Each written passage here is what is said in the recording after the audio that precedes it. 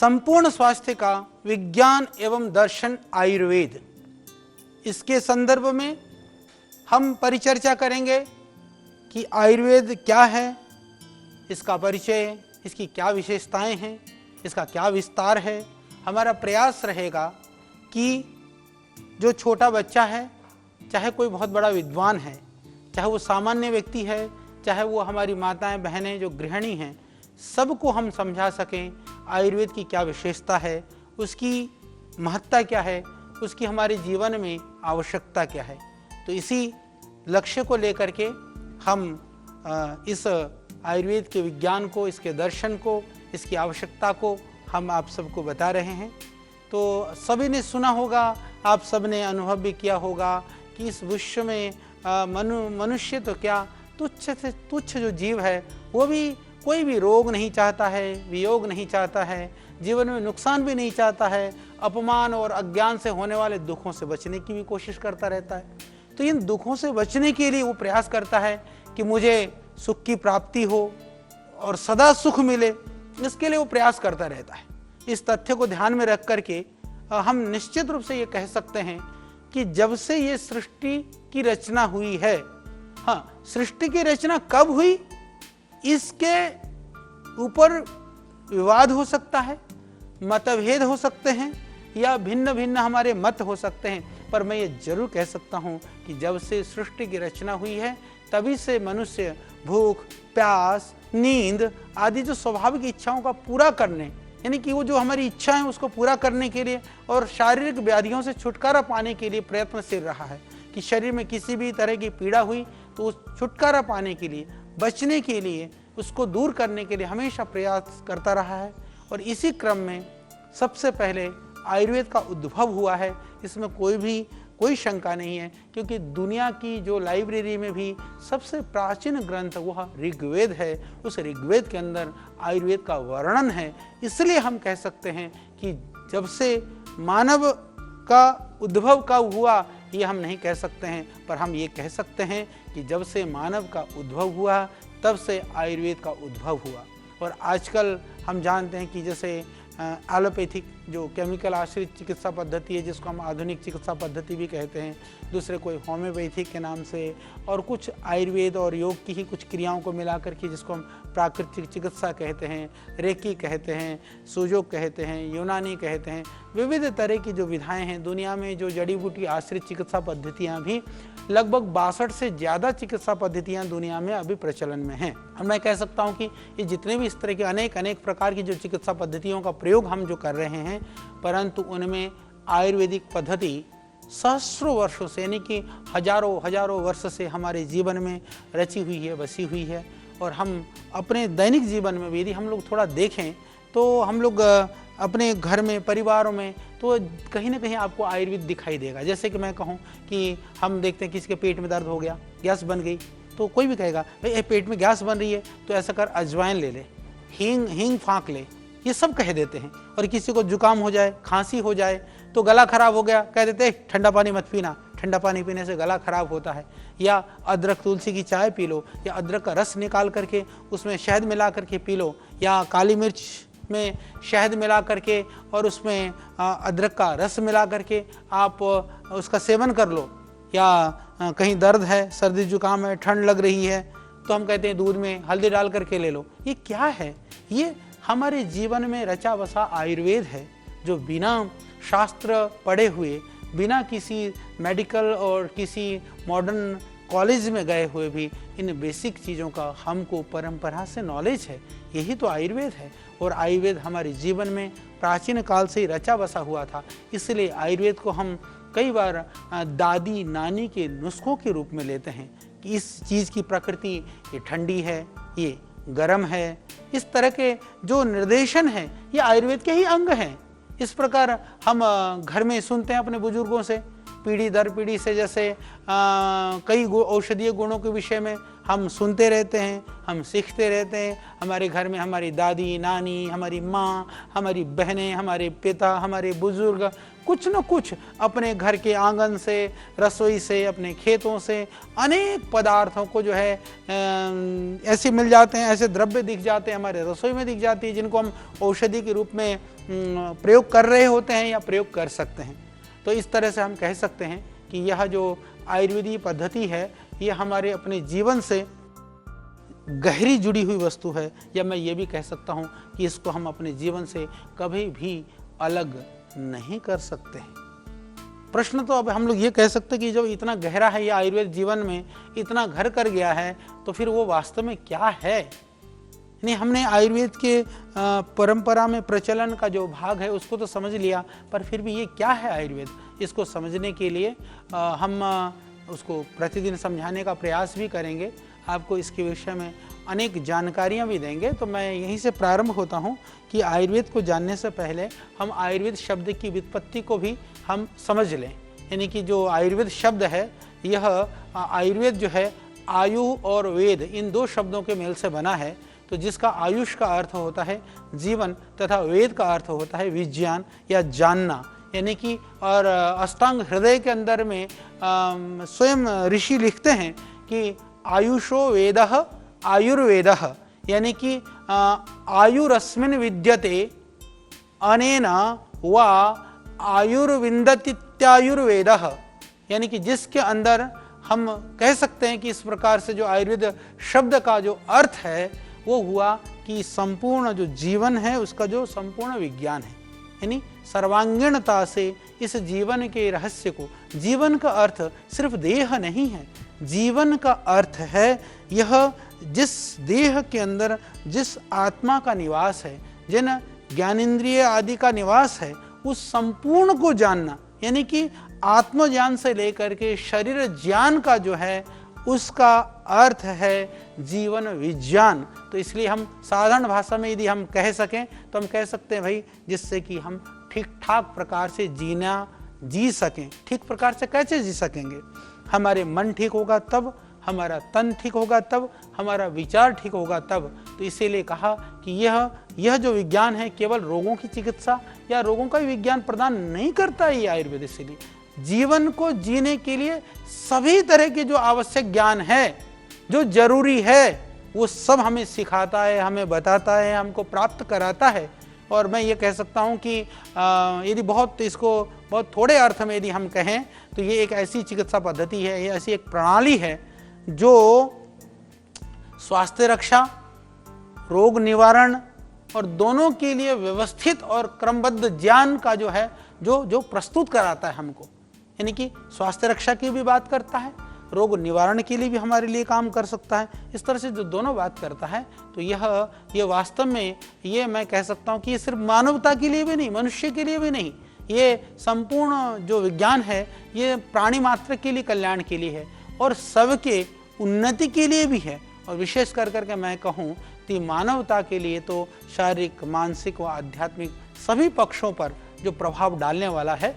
तो इसीलिए महर्षि चरक ने चरक संहिता नाम ग्रंथ में जो उन्होंने जो परिभाषाएं दी हैं, आयुर्वेद की परिभाषा देते हुए वो बहुत ही गंभीरता के साथ, बहुत ही गहनता के साथ में वो कहते हैं कि हित आयु, अहित आयु, सुख आयु, दुख आयु, इन सब का जो वर्णन हो और उसके अंदर जो है आयु के लिए जो हितकर मतलब जो लाभकारी है, जो पथ्य है, और जो अहितकर है, अहितकर को हम जो कहते हैं जो अपथ्य है, ऐसे जो भी द्रव्य हैं, गुण हैं, कर्म हैं, इनका जो वर्णन हो।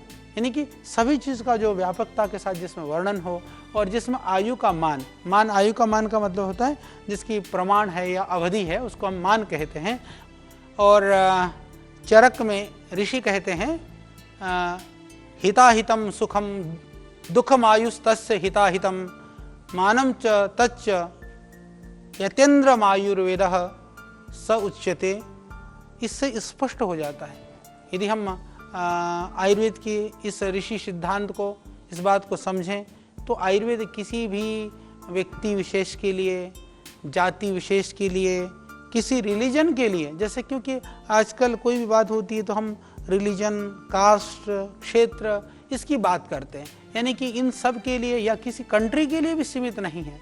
यानी आयुर्वेद हम कह सकते हैं कि यह सार्वभौम है।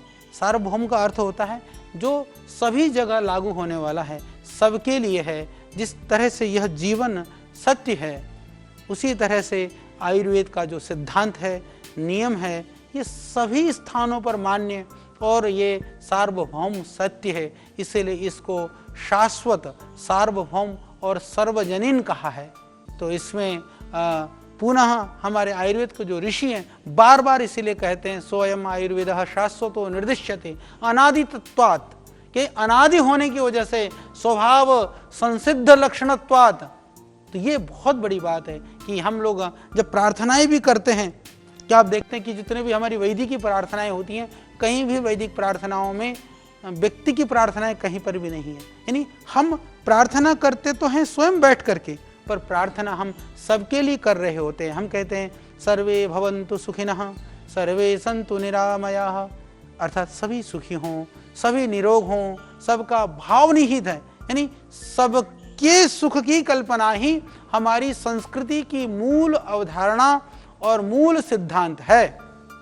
हम कह सकते हैं कि यदि निष्कर्ष के रूप में यदि हम कहें तो आयुर्वेद एक चिकित्सा पद्धति होने के साथ साथ में संपूर्ण जीवन पद्धति है और आयुर्वेद साधना पद्धति भी है, क्योंकि उसमें जो जीवन को उन्नत बनाने के लिए जो उपाय हैं उनका भी वर्णन किया है, जिसके अंदर, क्योंकि जो आयुर्वेद की यदि चिकित्सा की हम विशेषताओं की बात करें तो आयुर्वेद के अंदर इतना गहनता के साथ कई विषयों को बात की गई है। जैसे आयुर्वेद की पद्धति से चिकित्सा की बात करते करते खास बातों पर यदि हम ध्यान दे देते हैं, जैसे कि दूसरी चिकित्सा पद्धतियों की प्रणाली में भी मैं नहीं कहता कि बिल्कुल भी कोई विशेषताएं नहीं है, कुछ विशेषताएं हो सकती हैं, परंतु मैं ये कह सकता हूँ कि जितने भी दूसरी जो चिकित्सा पद्धतियों में भी जो विशेषताएं हैं उनका जो सांकेतिक या उसका जो वर्णन है या उसका उल्लेख है, यह कहीं ना कहीं आयुर्वेद के अंदर है। हम कह सकते हैं कि एक संपूर्ण व्यक्तित्व की जो चिकित्सा है, इस तरह की इस पद्धति के अनुसार जो चिकित्सा करने वाला वैद्य है, चिकित्सा करते हुए वैद्य केवल रोगग्रस्त अंग का, या वो हमारे यहाँ स्पेशलाइजेशन के लिए ENT अलग हो गया, स्किन अलग हो गया, इस तरह की, हाँ, अलग अलग रोगों के लिए गहन चिकित्सा के लिए गहन विधा की बात तो है, पर एक्सपर्टाइजेशन के लिए हमारे यहाँ संपूर्ण शरीर को ही एक आधार माना गया है। इसीलिए सिर्फ किसी रोगग्रस्त अंग की बात या केवल रोग के लक्षण को वो नहीं देखता, वो तो शरीर से परे की चीज को भी देखता है आयुर्वेद।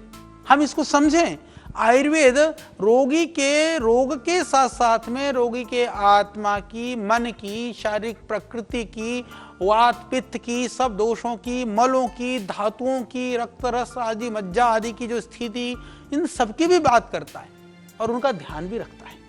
और मैं इसलिए कहता हूं कि यही कारण है कि एक ही रोग होने पर भी हमारे यहाँ अलग अलग प्रकृति की बात की गई, वात पित्त कफ प्रकृति, इसलिए अलग अलग प्रकृति के हिसाब से उन रोगों को भी, उन रोगियों को भी हमें रोग के दोष के अनुसार, प्रकृति के अनुसार हम भिन्न भिन्न औषधियों का वर्णन करते हैं।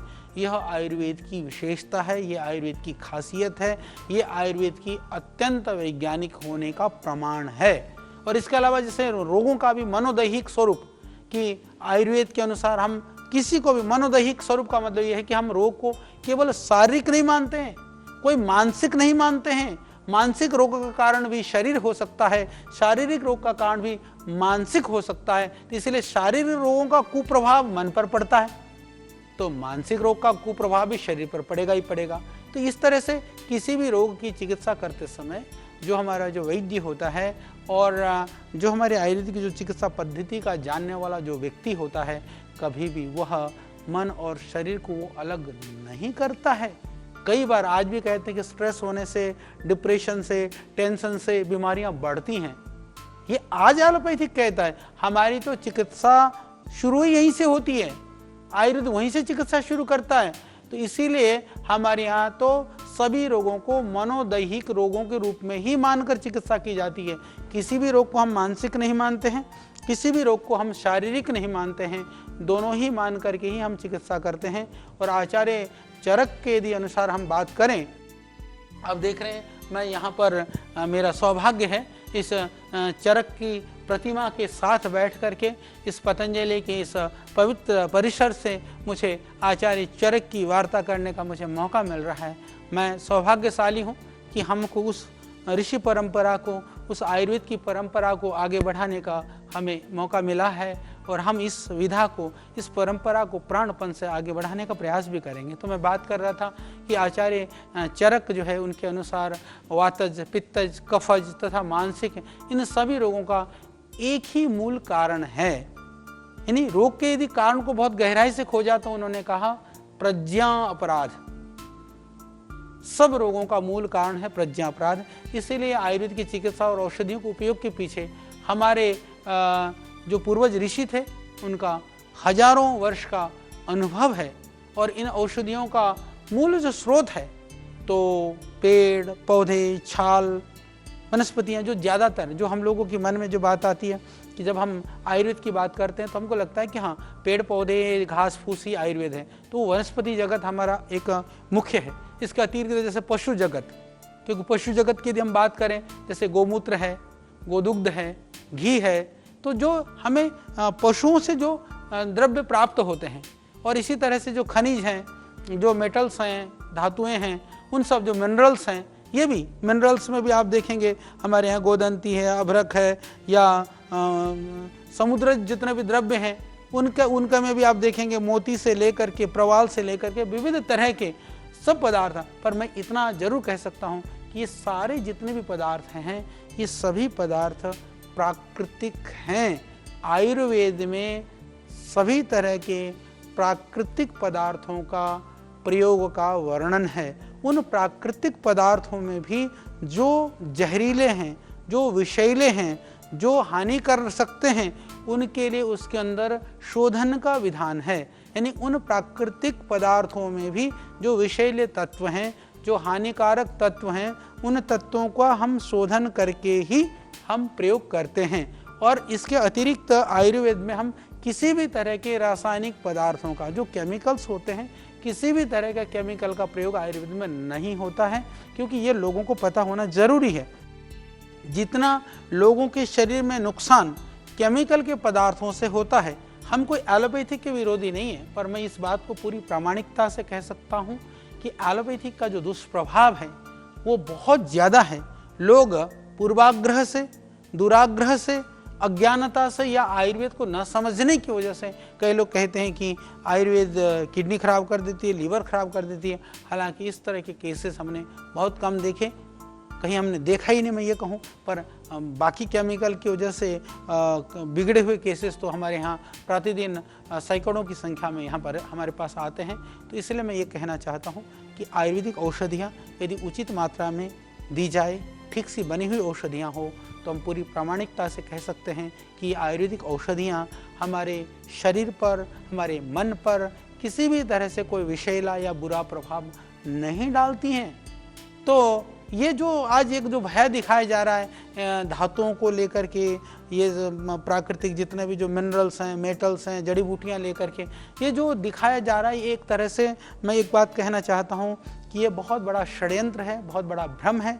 उस षड्यंत्र और भ्रम के पीछे हमारे जो एलोपैथिक बंधु हैं, मैं तो बहुतों को जानता हूँ, तो वो लोग निराधार, क्योंकि उनके पास नुकसान करता है इसका भी कोई प्रमाण नहीं है, परंतु लाभ करता है इसके हजारों प्रमाण होने पर भी, क्योंकि आधुनिकी समाज जिसको कहा जाता है उनमें इस तरह की बातें की जाती है, तो बात की जाती है तो वो ऐसा महसूस करते हैं कि शायद इनसे जो है ये नुकसान होता है। पर मैं ये पूरी तरह से इस बात को कहना चाहता हूँ कि हम लोगों ने एविडेंस बेस्ड मेडिसिन, हम लोगों ने टॉक्सिकोलॉजी, फार्माकोलॉजी, एनिमल ट्रायल्स सब कुछ किया है। आप आइए PRI में, पतंजलि रिसर्च इंस्टीट्यूट में, हम हर तरह की रिसर्च करते हैं और इनको शुद्ध मात्रा में हम प्रयोग कर करके, और एनिमल ट्रायल में हमने 10-10 गुनी मात्रा में, चाहे वो पारद वाली औषधि हो, चाहे वो धातुएं वाली औषधि हो, चाहे विविध तरह के जो मेटल्स हैं उनका प्रयोग किया, और हमने ये पाया है कि इनका हानि रहित ही है। ये किसी तरह से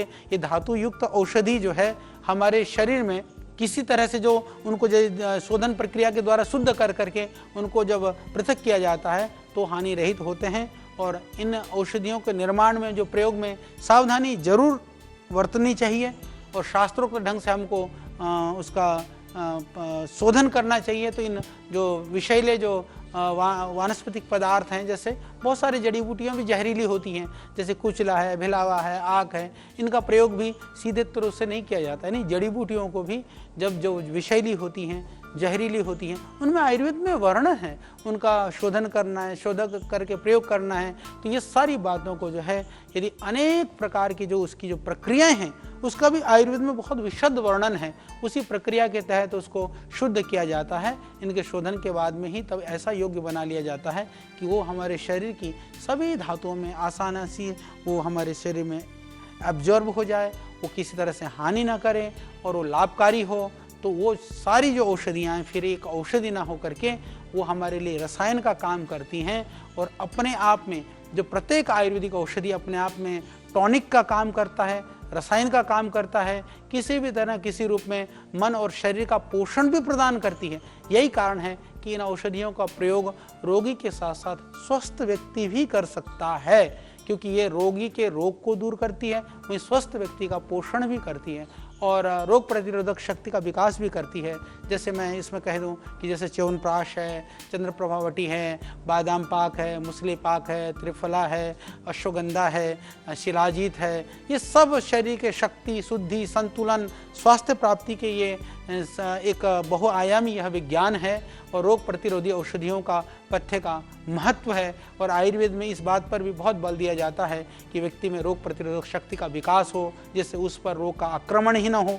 तो यही कारण है कि आज इम्यून सिस्टम बढ़ाने के लिए कोरोना जैसी महामारी में भी बार बार ये बात की जाती है कि हम अपनी इम्यून सिस्टम को स्ट्रॉन्ग करें। और वही ऐसी जो महामारी भी उन रोगों पर, उन रोगियों पर ज़्यादा दुष्प्रभाव नहीं डाल रही जिनका इम्यून सिस्टम ठीक है। और इम्यून सिस्टम ठीक करने के लिए मैं ऐसा मानता हूँ कि आयुर्वेद से बढ़कर के कोई चीज़ इससे बेहतर नहीं हो सकता है। इसलिए जो च्यवनप्राश आदि या जो दैनंदिन जीवन में जिन आयुर्वेदिक द्रव्यों का हम सेवन कर सकते हैं, बशर्ते वो शुद्ध बनी हुई हो, सही जगह बनी हुई हो, तो उसका सेवन आप करिए। तो इससे जो है ना, आप हमारा जो भोजन संबंधित जो नियम है, जो आहार जो संहिता है, जो आचार संहिता है, दिन में ऋतुओं में अलग अलग दिन रात में हम कैसे रहें, कैसे हमारी जीवन शैली हो, ये सब भी बहुत ज़रूरी है। तो पथ्याहार एवं सात्म्य का महत्व आयुर्वेद में बहुत ज़्यादा उसका वर्णन है। भोज्य पदार्थों का कब किस ऋतु में कब क्या सेवन करना चाहिए, किन रोगियों को किस तरह के आहार का सेवन करना चाहिए, इनका यदि हम ध्यान रख करके यदि हम सेवन करते हैं तो अपने प्रकृति के अनुकूल जो आहार है उसका यदि हम सेवन करते हैं तो निश्चित रूप से हम रोगों से बच सकते हैं। इस आयुर्वेद के द्वारा हम अपने जीवन को स्वस्थ रह सकते हैं।